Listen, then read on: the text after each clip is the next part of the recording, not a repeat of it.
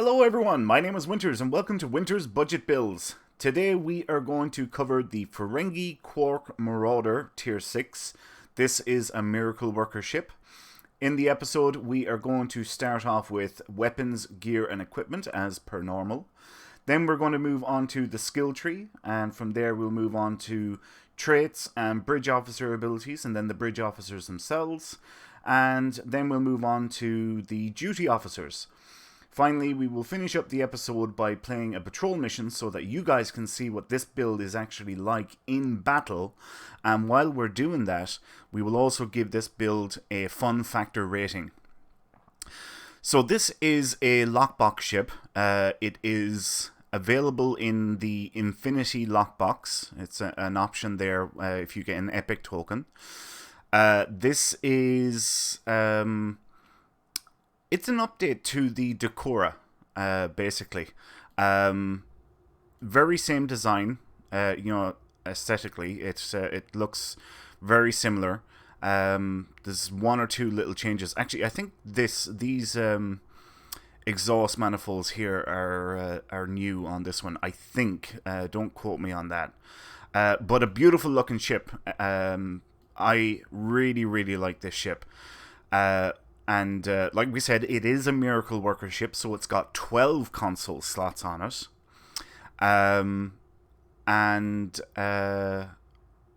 Yeah, I just really, really like it.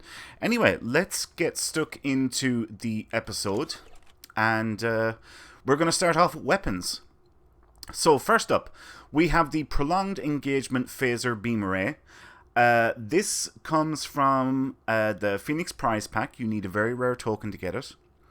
We're using this in conjunction with the Prolonged Engagement Power Dynamo. We'll talk about that a little bit later.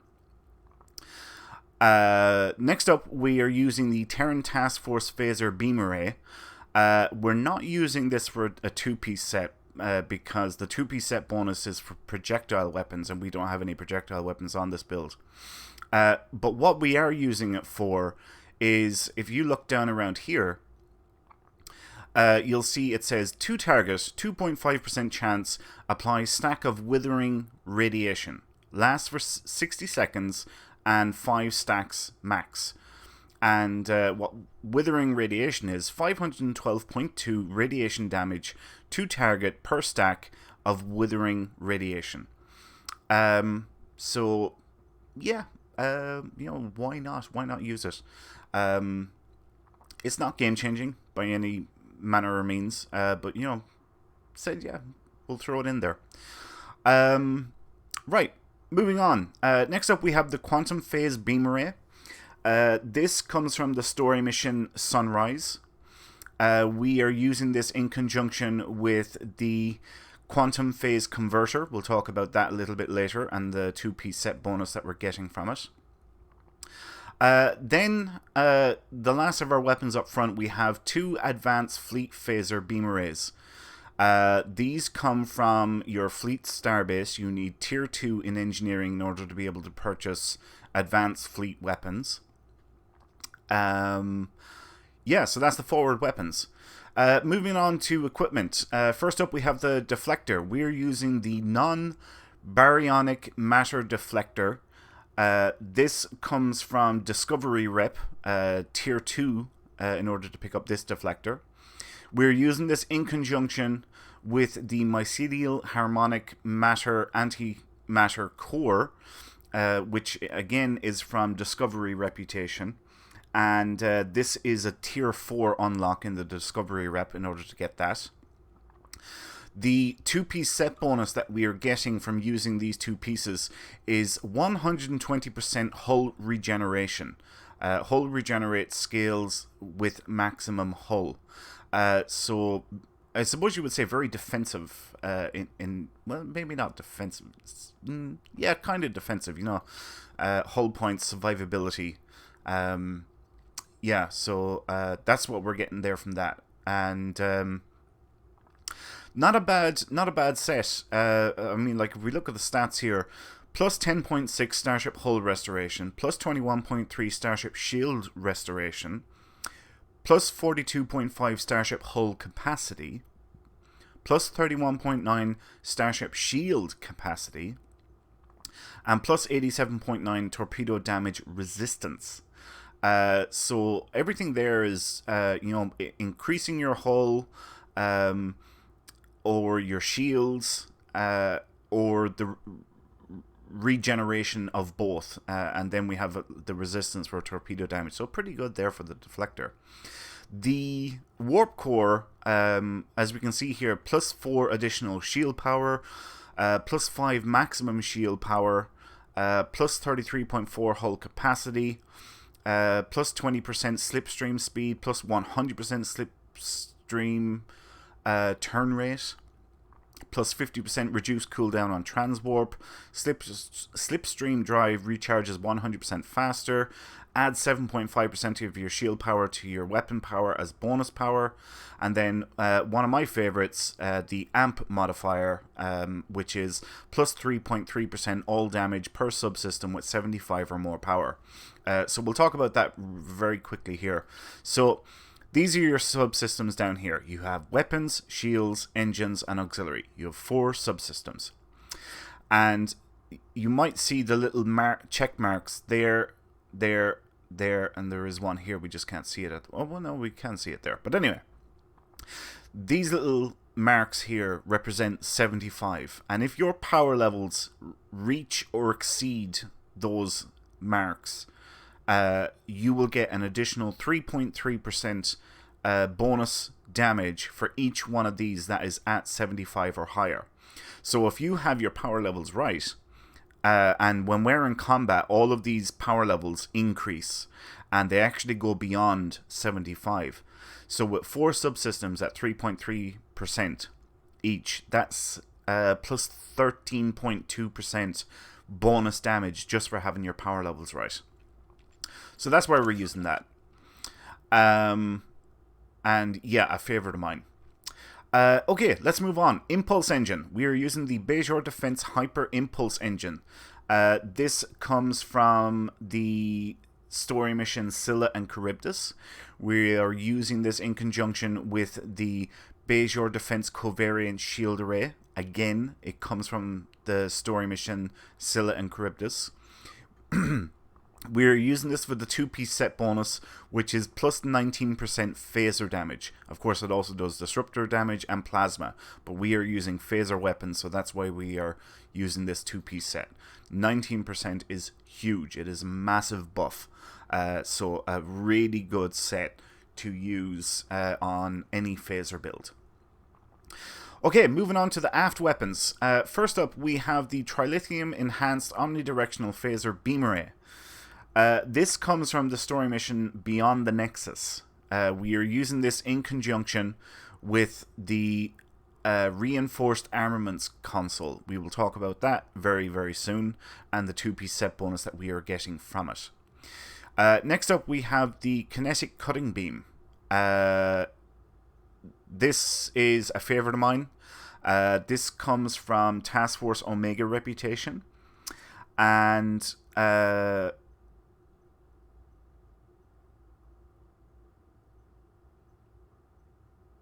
oh yeah, tier 2. Right. I was trying to think on what tier level it comes from. The Kinetic Cutting Beam is Task Force Omega, and it comes after you reach tier 2 in Task Force Omega. We're using this in conjunction with the Assimilation Module. Again, we'll talk about that in a couple of minutes once we get down to it, and the 2-piece set bonus that we are benefiting from it. Finally, in aft weapons, we're using a phaser, omnidirectional phaser beam array. This comes from crafting. So, actually, do you know what? I didn't even price that. I should have priced that on the exchange. They're available on the exchange. They're not that expensive. Trust me, they're not expensive. And if you really do want to save yourself some EC, just craft it yourself. Not that difficult to do. Next up, we're going to quickly gloss over devices. First of all, we have the Temporal Negotiator. This was a Delta Recruit reward. It's a Bridge Officer Power Recharge. It's handy in a pinch. Not something that I use all that often, but yeah, we have it. Why not stick it on? Next up, we have the Subspace Field Modulator. This comes from the mission Skirmish. It's all damage resistance rating for 15 seconds. Good if you are taking a pounding. Very handy to have. And then we have a red matter capacitor. This comes from the Phoenix prize pack. You need a very rare token in order to be able to pick this up. And it basically repairs all disabled subsystems and gives plus 25 all power levels for 30 seconds. It's absolutely fantastic. Okay, consoles. So we're going to start off with engineering first. So the first one we have is Reinforced Armaments. Plus 63.3 power transfer rate, plus 23.8 Starship hull restoration, and plus 23.8 Starship hull capacity. The 2-piece set bonus for this is 5% firing cycle haste for energy weapons and plus 15 flight speed. So your weapons fire a little bit faster, so you get more volleys off in a cycle, which is really, really good. Now, I am using this over the Gamma Reputation Omnidirectional Phaser Beam Array, which would work with this Ordnance Accelerator console. The reason why I done it was because I've already done one with the Gamma Omnidirectional Phaser Beam Array. And I said, for this build, I'll throw on the Trilithium Enhanced onto it, just for something different. Either one would work just as well as the other. If you prefer the Gamma Reputation Phaser Omnidirectional Beam Array, by all means use it. Like I said, I'm using Trilithium Enhanced one for this video. And player's choice. Whatever you want to do yourself. Right, next up, we have the... Reinforced Armaments comes from the story mission Beyond the Nexus, the same as the Omnidirectional Beam Array. Okay, moving on. Next up, we have the 0-point Energy Conduit. This comes from Tier 1 Romulan Reputation, plus 2.3 all power levels, or to all subsystems, sorry. Plus 24.6 Starship Drain Expertise, and plus 2.3% critical chance. So, really nice console there. Next up, we have the Prolonged Engagement Power Dynamo. Every 5 seconds in combat, gain 1 stack of Power Dynamo. Power Dynamo is plus 1 all power levels with a maximum of plus 10. We're using this in conjunction with the Prolonged Engagement. This is the one here. The Prolonged Engagement Phaser Beam Array. And the 2-piece set bonus for this is 7.5% recharge time on all bridge officer abilities. So your bridge officer abilities come off their cooldown 7.5% faster. So a nice little 2-piece set bonus there. Next up, we have the Quantum Phase Converter. This comes from the story mission Sunrise. This is in conjunction with the Quantum Phase Beam Array, also from the mission Sunrise. This console gives plus 23.8% phaser damage, which is the main reason why we're using this. It also gives 3.6% auxiliary power setting and plus 35.6 Starship Drain Expertise. Now, the 2-piece set bonus is plus 15% accuracy rating, double potency of quantum phase weapon shield drain. So this beam array has a shield drain element built into it. And when you're using 2 pieces of it, it doubles the potency of that. We're using this because of the phaser damage. So since we're using this, why not use the beam array? Okay. Next up, another favorite of mine, the Plasmonic Leech. This comes from the Infinity Lockbox and can be purchased off the exchange. Currently going for about 4 million energy credits, so not very expensive at all. Always good in any build because it can boost all your power levels. It basically takes power from your currently selected target and gives it to you as bonus power and increases your 4 subsystems. Next up, we have the Temporal Disentanglement suite. This comes from the story mission Butterfly.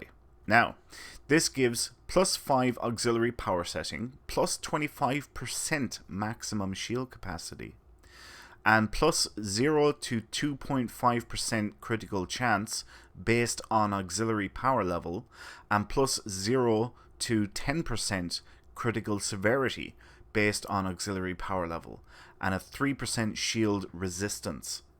So the more power you have in auxiliary, which is this one here, this console will give you more critical chance and more critical severity. The higher your auxiliary power level, the higher the numbers or those buffs that you get. The max being 2.5% for critical chance, and the max for crit severity is 10% extra crit severity. So yeah, nice little console there. Few of my builds use that, and this is one of them. Next up, we have the Ordnance Accelerator. This comes from the Gamma reputation, and the reason why we're using this is purely for the 25% phaser directed energy weapon damage. Again, a huge buff. It is massive, 25%. The rest of it doesn't even apply to us, any of it at all. It is purely for that phaser directed energy weapon damage that we're using this. Now, like I said, if we were using the omnidirectional beam array, we would also benefit from 10% phaser weapon damage, and it will go in place of this trilithium enhanced omnidirectional phaser beam array, because it's one or the other. And this time, as I said before, I'm using the trilithium enhanced one. In other builds, I have used the Ordnance Accelerator and the phaser omnidirectional beam array that comes from the same reputation. Alright, next up, we have the Assimilation Module. This comes from Task Force Omega reputation and is a Tier 1 unlock. It gives +1.1% critical chance. It gives +10.9% critical severity, +5 weapon power setting, +6 Starship damage control, and +27.2 Starship control expertise.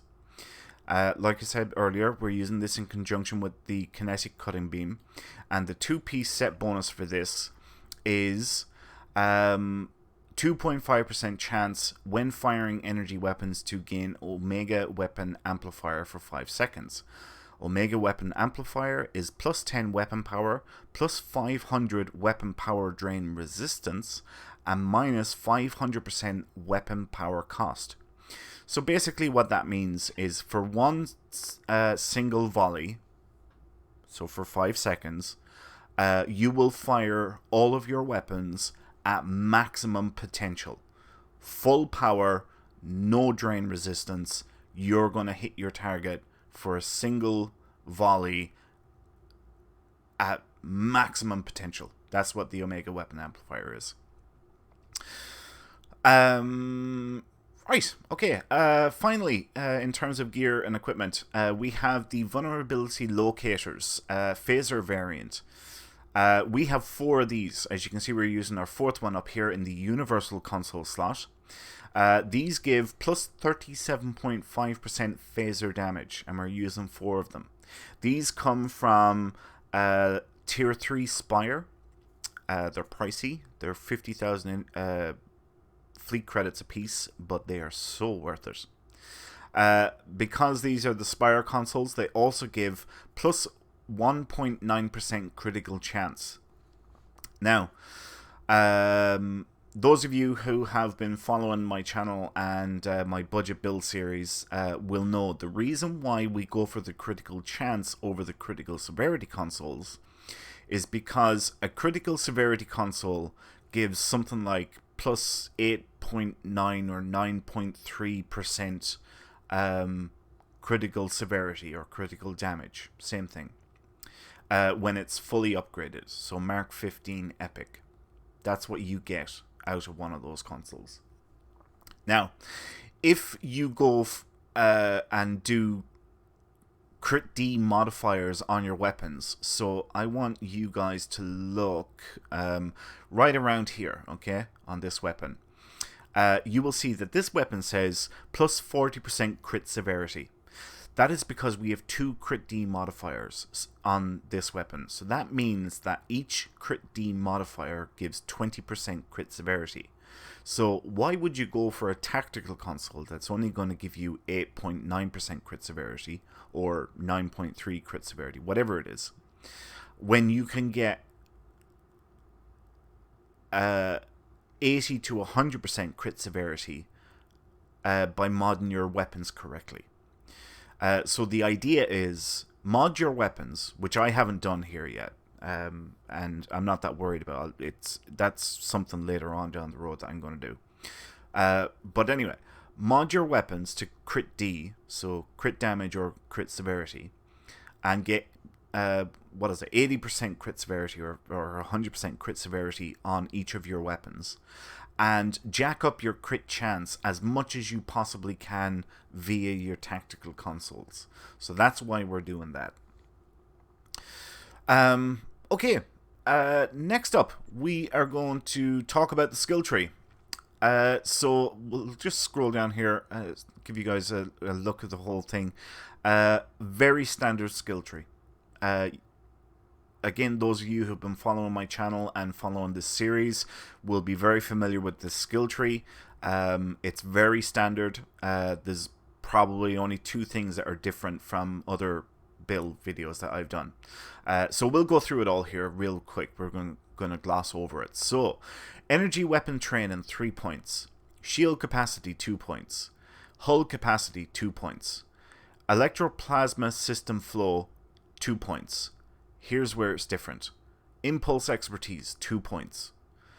Now we're back on to standard again. Drain expertise 2 points. Targeting expertise 2 points. Defensive maneuvering 2 points. Weapon specialization 3 points. Weapon amplification 3 points. Shield hardness 3 points. Damage control 1 point.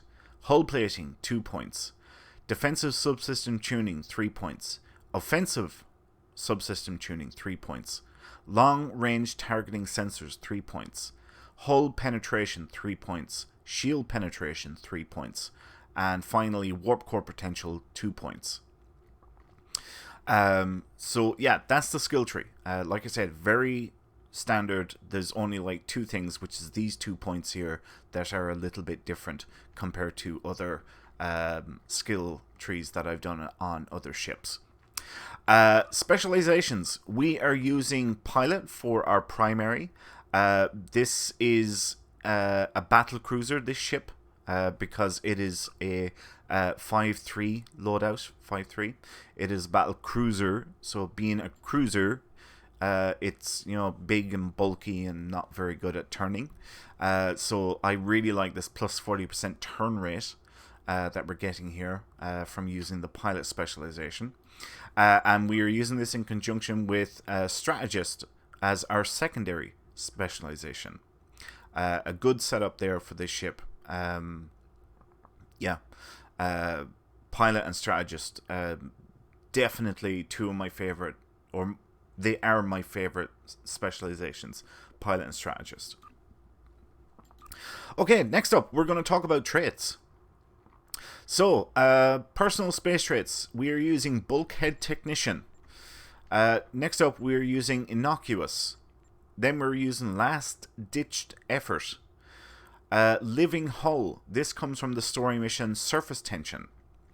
After that, then we have Operative. Then we have Superior Accurate, which is upgraded at the K-13 fleet holding for 100,000 fleet credits. Then we have Superior Beam Training, again upgraded at K-13. Superior Elusive, again upgraded at K-13. And finally, Superior Techie, again upgraded at K-13 for 100,000 fleet credits. So there are personal space traits. Moving on to Starship Traits. First up, we have Battle Ready. Plus defense and damage resistance rating after using an engineering or intel bridge officer ability. This comes from the Tier 6 Eclipse starship. That's where that comes from. Next up, we have Desperate Repairs. Large shield and hull heal after 3 incoming criticals. This comes from the Tier 6 Guardian Cruiser. A really good trait. I love this trait. Has got me out of a lot of jams. So many. Yeah, definitely a favorite of mine. Next up, we have Improved Critical Systems, plus critical chance and plus critical damage after using an Emergency Power Bridge Officer ability. Improved Critical Systems is a Temporal Recruit unlock, or yeah, it's an unlock. Moving on, we have Improved Temporal Insight, temporary immunity from hull heals. Improved Temporal Insight is a Delta Recruit Starship Trait, or an unlock. And finally, then we have Superior Pedal to the Metal, increased damage from full throttle. And this comes from spending 30 points in the Pilot Specialization. Like I have said before in all of my other videos, go with whatever traits you have available to you. You don't necessarily have to go for the ones that I've gone for here. If you have all of the Starship traits from the Specializations and they're the only ones you have, then go with them. If you do have other ships or a nice selection of ships, go with the best ones that you have available to you. You do not by any means have to go with the ones that I have selected here. But having said that, I mean, this one's a great survivability trait. I love it. And this improved temporal insight, I feel is great as well. Temporary immunity from hull heal. So when you heal yourself, you actually become immune to damage for a short duration, which is really, really good. Right, moving on to space reputation. So first up, we have Tyler's Duality. Slotting this trait will passively increase your starship critical chance based on hull capacity. This comes from Discovery Reputation. Next up, we have Precision, rank 2, increased critical hit chance. This comes from the Romulan Rep. Then we have Magnified Firepower, rank 2, plus all weapon damage. This comes from Gamma Reputation. Then we have Enhanced Shield Penetration, rank 2, minor shield penetration, comes from Nukara Rep.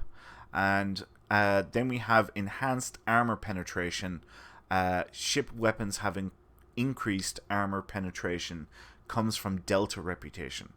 Some really good traits there from the different reputations. Under active reputations, we have first up Anti-Time Entanglement, which comes from the Temporal Rep. Then we have Biomolecular Shield Generator, rank 2, comes from Undine Rep. Then we have Deploy Sensor Interference Platform, rank 2, comes from Myconian Rep. Then we have Quantum Singularity Manipulation, rank 2, comes from Romulan Rep. And finally, Refracting Tetrion Cascade, rank 2, comes from Nukara Rep. So there are traits. We're going to move on to Bridge Officer abilities.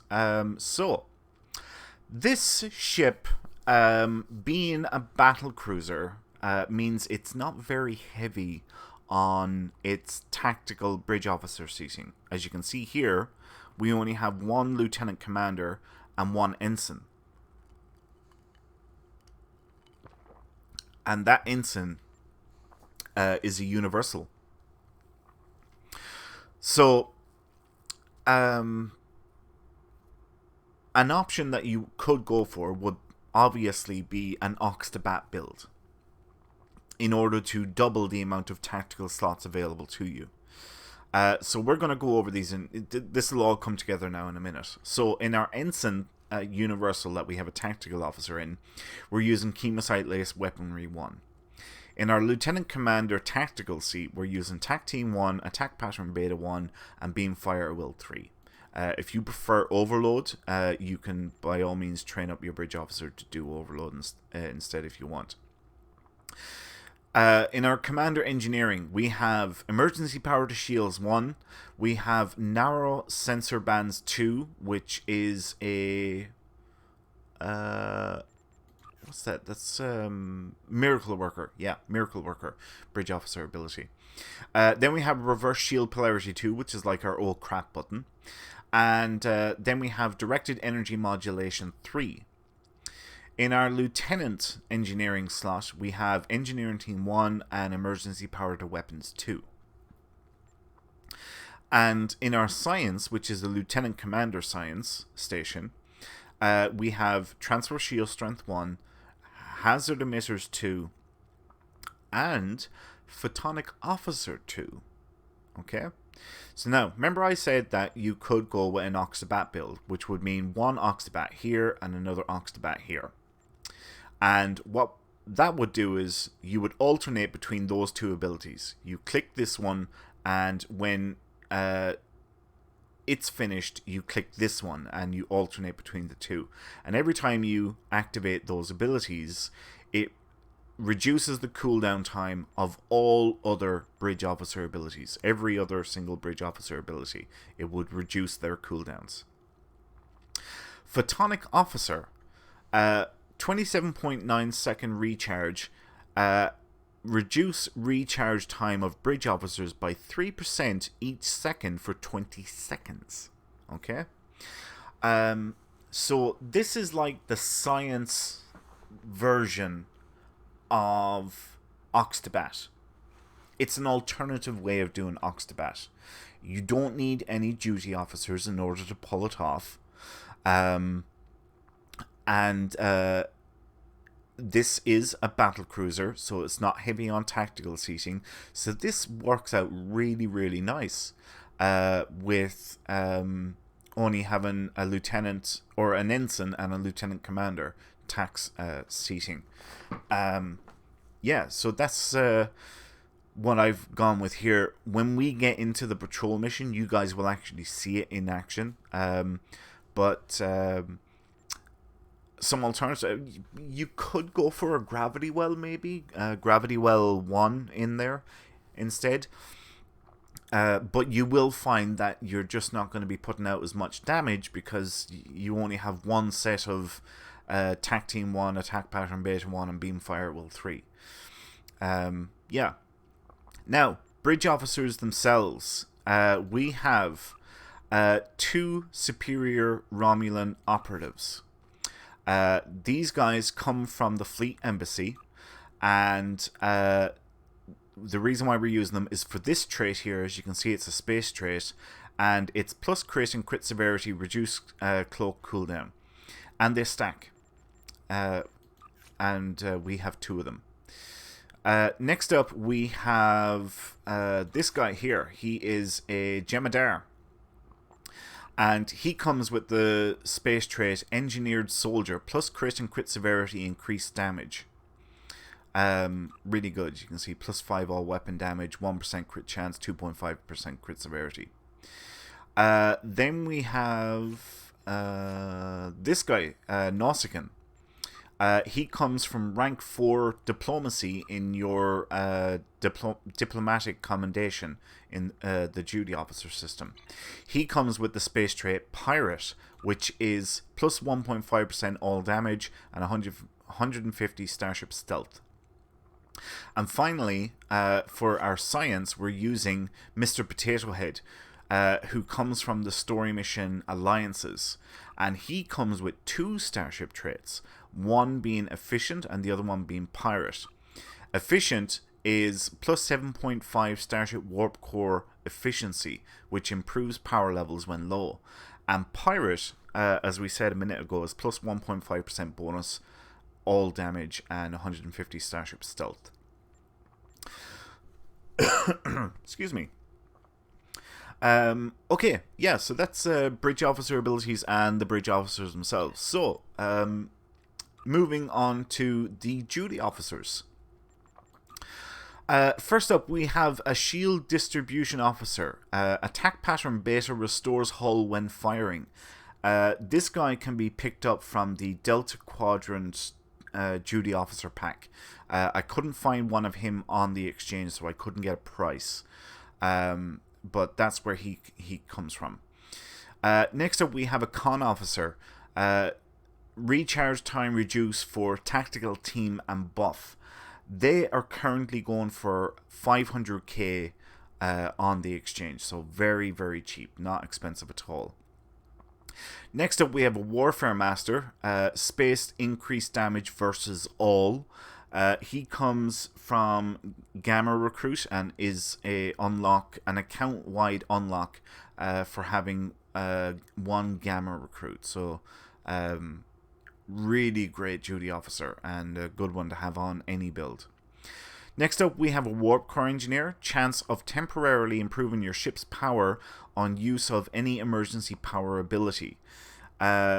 This Warp Core Engineer, they're going for about 700,000 energy credits on the exchange. Again, not very expensive at all. Next up, we have a Damage Control Engineer. Chance to reduce the recharge time for emergency power to subsystem abilities. They are going for 800k on the exchange. So again, we're not even breaking 1 million here with each one of these. Of course, we are combined, but not individually, we're not. And finally, then we have an Astrometric Scientist. Recharge time reduced on all transwarp abilities. I just love having one of these on every single build because I use transwarp an awful lot. And I really like having that transwarp up as much as possible. And Astrometric Scientists are currently going for 350k on the exchange. So again, not very expensive at all. Right, I need a drink. So, next up, we are going to jump into a patrol mission. We are on advanced difficulty. We're going to go for our favorite Sentinels. And you guys can see this ship in action. And, yeah, see what this bad boy is like. Now, I love this ship. I have fallen in love with this ship so much. We're in luck. We made it here before Julie. Let's get to work. I originally had this character in a Decora. And when I got this ship, I quite literally took the build off my Decora and put it straight onto this ship, and it worked like a charm. Absolutely fantastic. It just fit like a glove. I mean, look at those ships, they're already popping. Wait, I should be turning the other way. So yeah, I had the build on my Decora, and the build actually worked even better on this ship. It being a battle cruiser, and the Decora just being a straight up cruiser. Now, one other thing about this build is that power. You can get so much power out of this build. You'll see now when we get into some heavier combat, these power levels are going to skyrocket up, and if we get lucky on using one of our emergency power abilities, we will even get higher power levels. Right, let's use... Oh, Photonic Officer, yeah. Look at the seconds down here for these. See, they're recharging a little bit faster.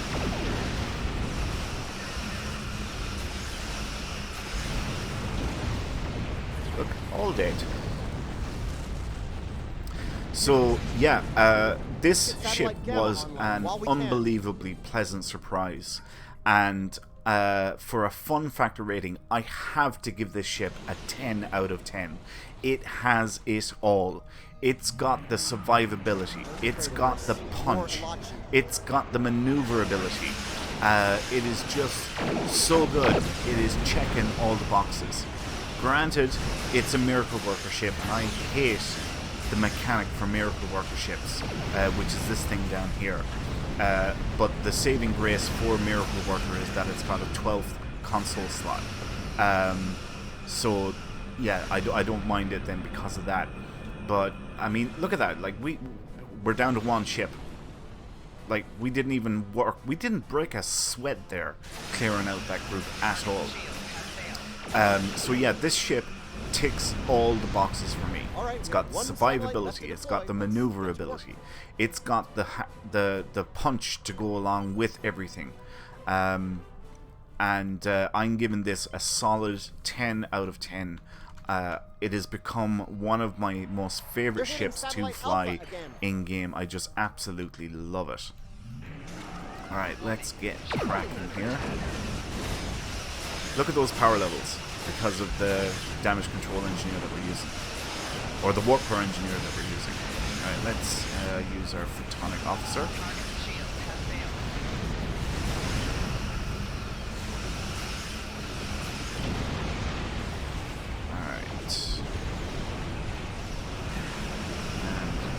Buff these up again, and we'll take them out with this last volley. There we go, cleared up. Another That's how you do that. Going after satellite Delta.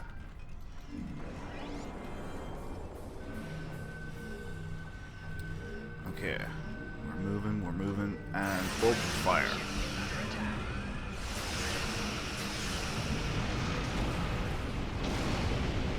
Wait for. There we go. That's what I was waiting for.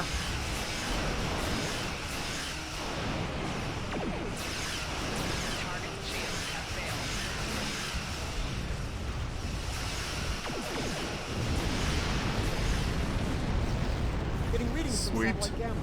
Looks like an Alachi flagship. Sugar for my honey. Alright, and now we're on to the last group. So yeah, you can see this ship, it's not really having any trouble with any of these groups. We're cutting through them with relative ease.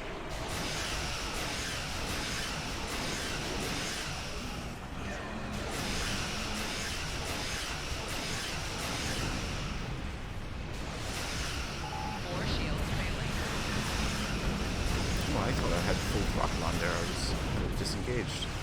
Derp.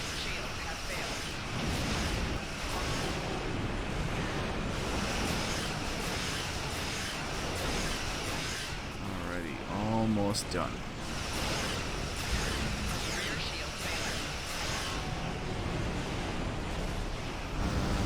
We're done. So it's just 3 ships left.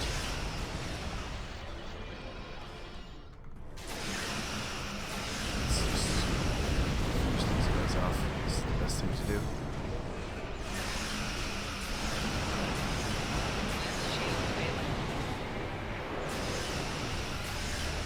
There we go. So yeah, 10 out of 10 for the Ferengi Quark Marauder. A really great ship. And, hey, let's not forget about Jaula. Anyone I'm tries to make extremely a play happy for with Spawn it, Colony, they're gonna regret. But I digress. I can Bunch of thoroughly I'd like to recommend stick this around and see what as a researchers good are ship up to There's get. more to So do. in case you've had your eyes on it, yeah, it's so good. If you've got a Ferengi character, you got to throw them into a Ferengi Quark Marauder. A great update to the Decora, or an alternative to the Decora. Actually, for a little side note, the Decora is no longer available in the T5 Infinity lockbox. They took it out in last week's patch. So you cannot get Decoras anymore. Whatever's on the exchange now, that's all what there is. That's all that's left in game. They've taken out the Decora. So I suspect that this Quark Marauder is the replacement for it. Anyway, that concludes this episode. Thanks a million for watching, folks. I appreciate your support so much. If you have any questions or comments, feel free to leave them below. Thank you everyone who has been commenting and is commenting on videos and leaving likes. You have no idea. Every time you guys leave a like, every time you guys leave a comment, it helps me out so much, because YouTube picks up on it and they're like, all right, this is a popular video, and you know, the algorithms then start populating the videos in other people's searches, you know, who's searching for Star Trek Online and searching for builds. Then my videos get populated in their searches as suggestions for others to watch. So every time you interact with videos on my channel or the channel itself, it helps me out immensely. So thank you everyone who's been doing that.